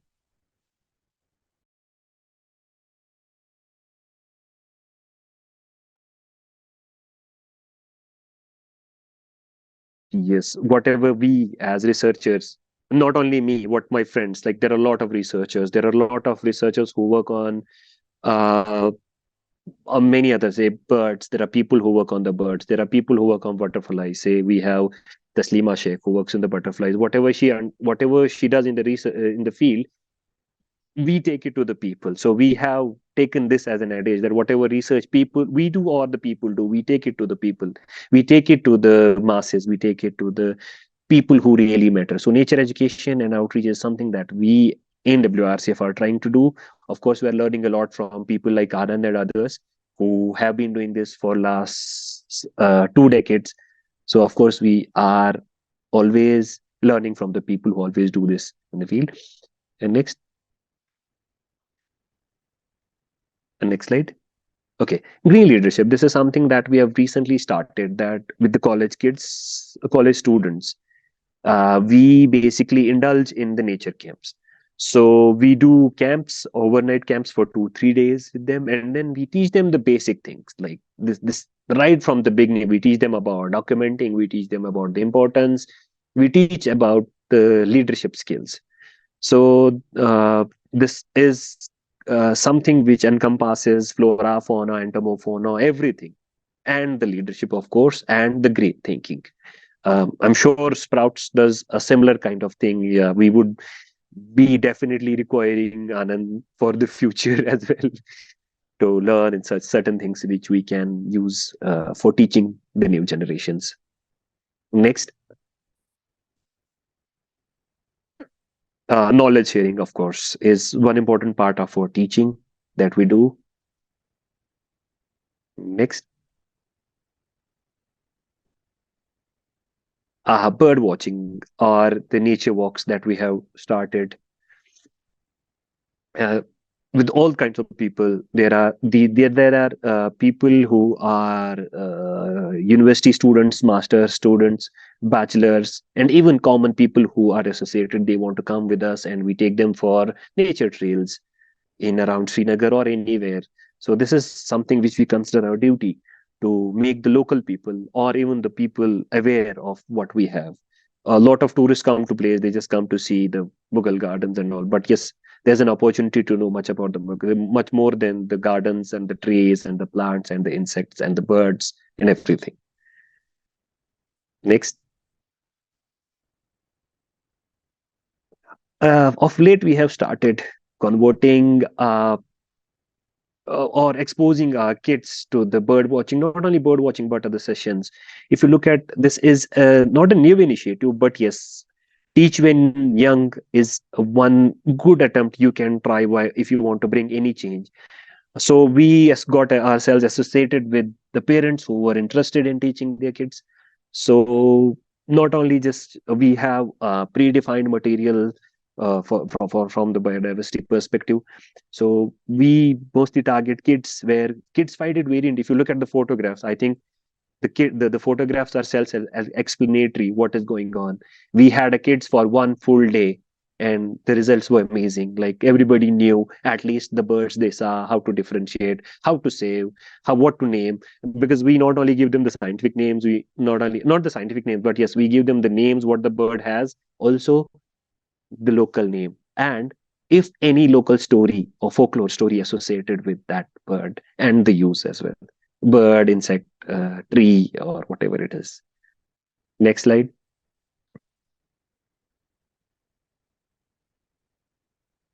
This is something which we have got, this is something which really should fascinate all of us, because uh, Kashmir is known for the handicraft thing, but the birds, it mostly is about chinar and the random birds. There's nothing that has come particularly, which has come as an identity of Kashmir from the handicraft point of view.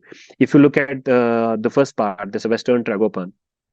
It is a paper mache. Paper mache is something which has been gifted to us some 4 5 by the ancient Iranians. Yes, and this is now the trademark of Kashmir. So we try to get conservation into the art. So you can see there's a small damselfly, Ishnuna, as well, which has been painted on the paper mache, the tragopan, and a few other birds also. We try to basically create generation. We try to generate awareness through the art if possible, because this is something which a lot of people would love to know. Because paper mache is something that attracts a lot of people.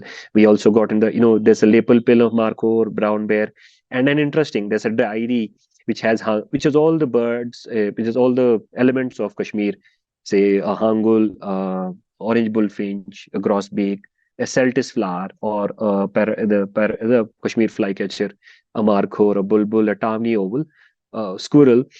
All of them are from Kashmir, and the paper is reusable, and not chemically, it's chemically what do you call as it can be reusable. That's like without wasting much of the water, and without wasting using much of the chemicals. So this is it's one of such kind. Next slide. Okay, we are also involved in the citizen science thing. So we did the first wild photography contest from the Kashmir, which was known as Wild Frames. So Wild Frames, the photograph that I showed you initially, it was done in COVID time. And believe me, not a single photographer went out to photograph. This is something which all the photographers had already taken and had put in their cupboards and like in their files and all. So Wild Frames is the first coffee table book on the documentation of wild flora and fauna from Kashmir, particularly birds and insects and mammals. So this was first part where we tried to lay stress on the birds, insects, and the mammals. So yes, we're getting a lot of attention from elsewhere as well, because we are trying to create an impact, and for that we are trying to do something out of the box. And Wild Frames was one such thing, and we're trying to do Dragonfly Festival, as I told you. We have been trying to we're trying to get people involved in all the citizen science initiatives that would benefit the society at large and the ecology as well. Is there any other slide left, or I think we're done? Yes, this is our work now. So yes, we can look on our website, Wildlife Research and Conservation Foundation, wrcf.in. We will be here. We're there for any kind of queries, for any help, for any internship, for any collaborations. We're always open. So we would always be here for any kind of help or any kind of interaction or collaboration. I think I'm done. Yes. Thank you, with the hope to rise and shine again. Thank you, Tahir. That was very inspiring. If you can possibly, put your video on again. Yeah. Take a sip of Yeah, water and catch your breath. Yeah. I it think, was. yeah, that's quite a Yeah. marathon talk. So I think, it's 6:55. I'll take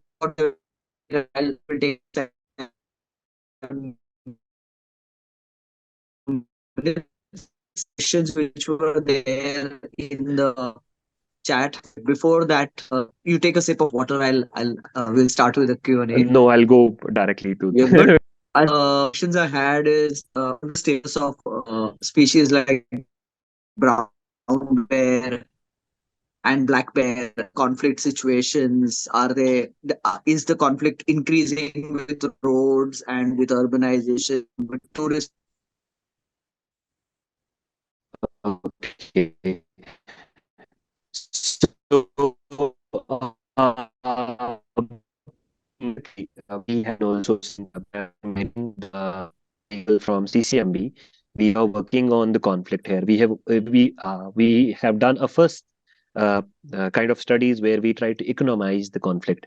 So we are trying to bring the conflict from the economic perspective. Yes, the conflict is very huge. It's literally one ground where all is not much into the conflict.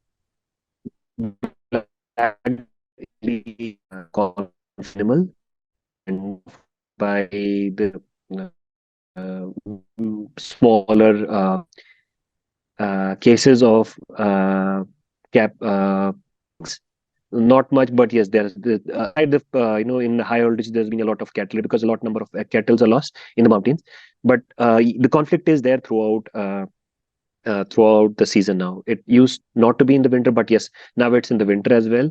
We had just couple of days back, we had a female black bear along with a cub roaming around in Shankaracharya, which is Srinagar. So just it's last month only. So of course, climate. I mean, less amount of snow is again adding to it. And yes, we have conflicting, with rise in the conflict of the monkeys as well. Monkeys are now trying to find their space in the conflict, uh, which is also one of the findings.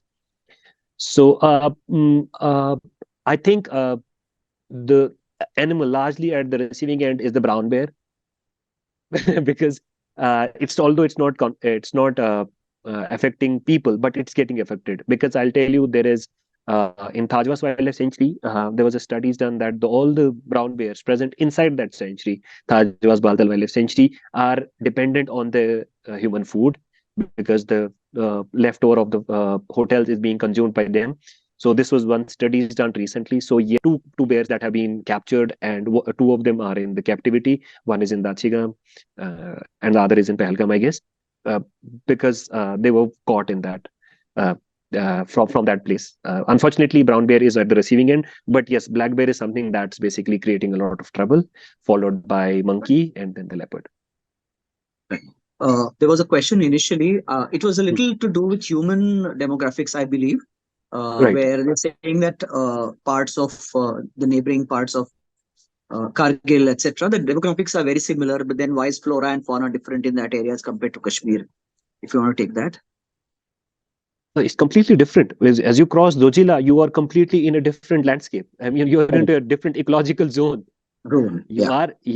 Because once you cross Zojila, you are in a different ecological zone itself. Trans-Himalayan. So yeah, you are there. Once Zojila, beyond Zojila, it's a different landscape as well altogether. The other That question was about. Sorry, go ahead, please. No, please continue. Yeah. The other question was about the road, that why EIA cannot be done for roads, and what are the solutions according to you for road projects which are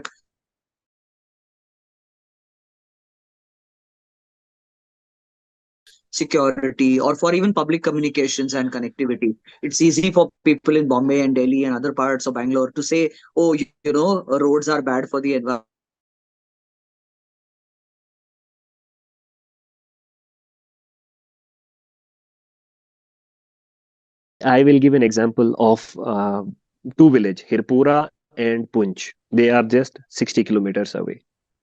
There was no road. So these are 60 or 80 kilometers. These villages had to go. I mean, if you were Hirpura to Baflias, they're literally 80 kilometers away or 60 odd kilometers. You were supposed to go 400 kilometers, more than oh, wow. 400 The kilometers. turn, okay, Yes. right. Yeah, because going to Punch, suppose I'm going to Punch. Punch is hardly 150 kilometers. For that, I was supposed to go to Jammu, which is 300 kilometers. And from Jammu to Punch again, it's Oh, like wow. 150 or 200 kilometers. Right. So sometimes the roads are important. I mean, the roads have to be there.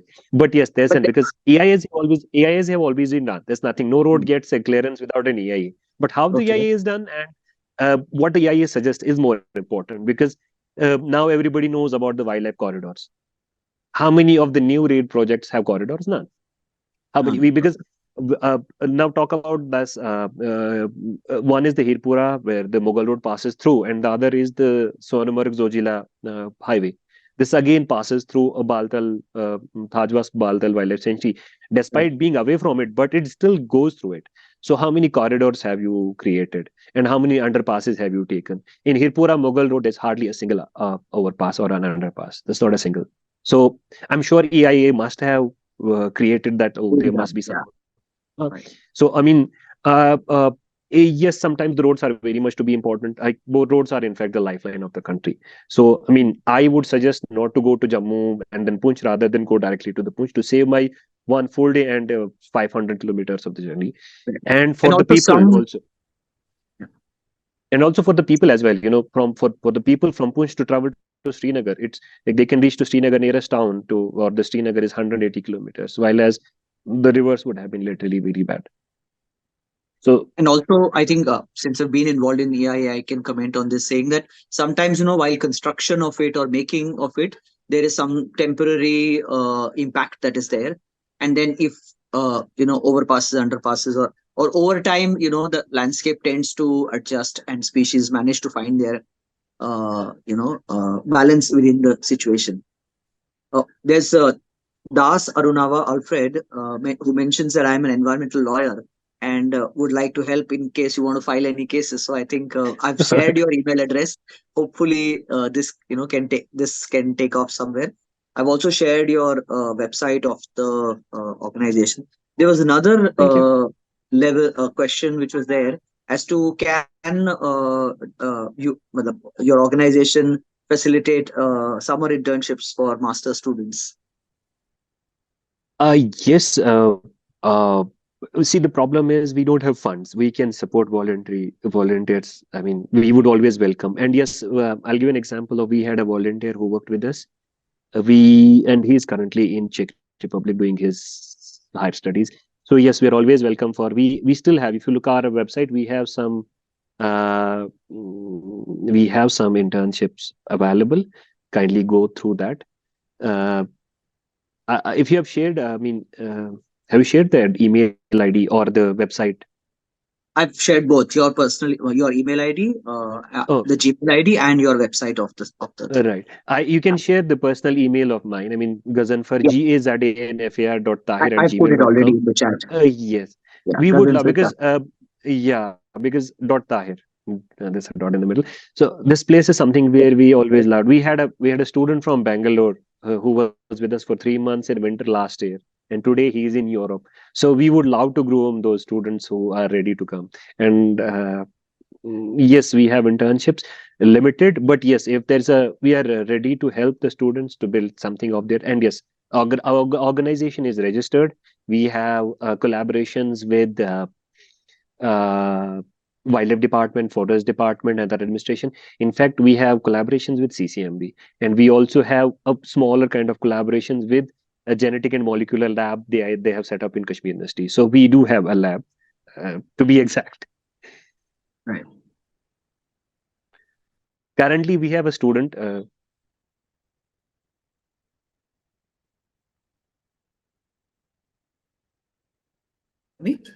You can hear me?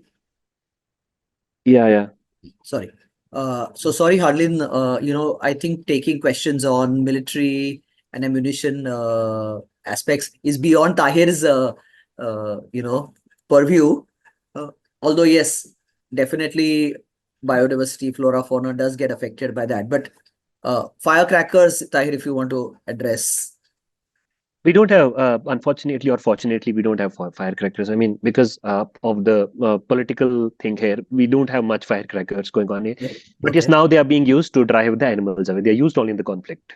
Okay. Just to drive the animals away, they are only used because we don't have the kind of firecrackers that are created, that are bursted elsewhere. Right. Thankfully, because of the problem we have had because of the political unrest and other things, we Correct. don't use much of the firecracker. But, Even if but they're used of the minimum. what about snares, traps, and fire being Forest fire is an issue. Snares, not much because now literally this part is fire. There are parts of far-flung areas where the snares are still used. okay? Uh, We'll so take. Yeah. Sorry. Go ahead. uh, there are far-flung areas which are not under the protected protection regime. They are just the forest. They don't come under the forest protect or the wildlife department of the protection. So there are snares that we have seen. I'm telling something that I've seen from the field, not from the documented perspective. Right. Yes, but more or less we do not see much of the snares. There are few snares that are for the pheasants. Yes, thankfully they have got reduced because of the knowledge, and now uh, because of the increased knowledge, also because of the vigilance of the department. Because department, let's not take credit away from, they're doing some good job of late because of the Facebook and social media. Otherwise, it is highlighted everywhere. So I think my journey, my first visit to the Kashmir Valley in Srinagar was in 1989 as a Wow. college student, and yeah, it was at the peak of insurgency, disturbance, and everything. And Mr. Raja Patil, who was into tourism at that point of time, he said we will fight terrorism with tourism.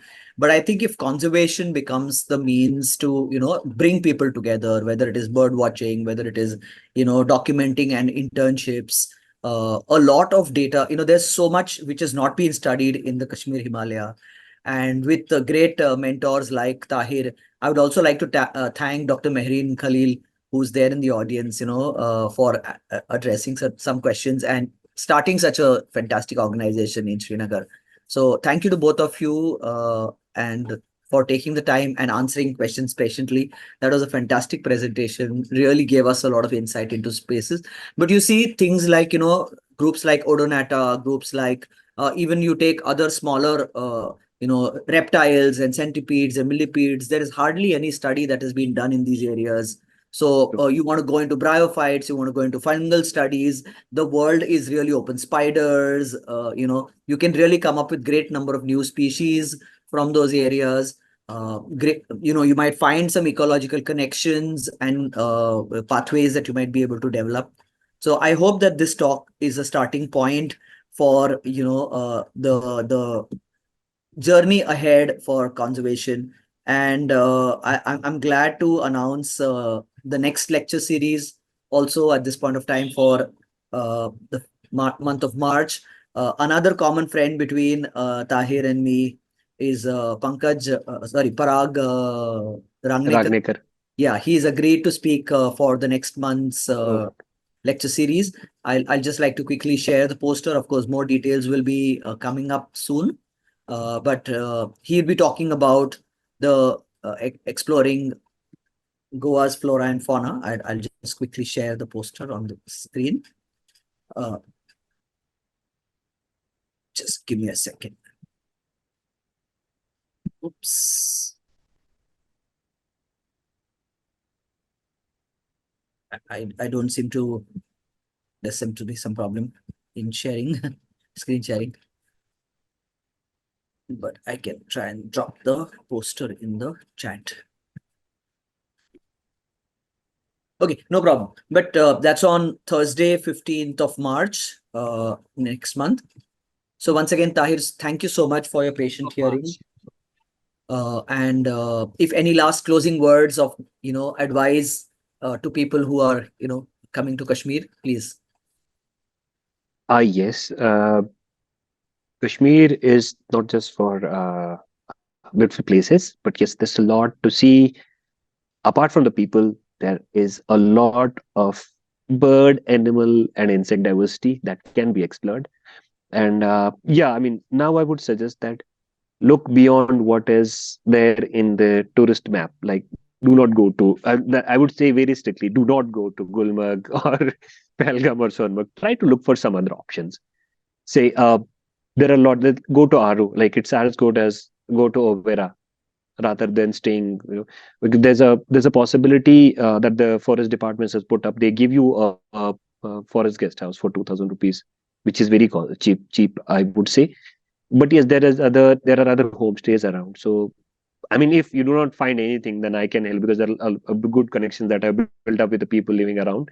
So maybe for some reasons I can be helpful, but otherwise the tourism department has done wonderful jobs. They have set up homestays everywhere in far areas.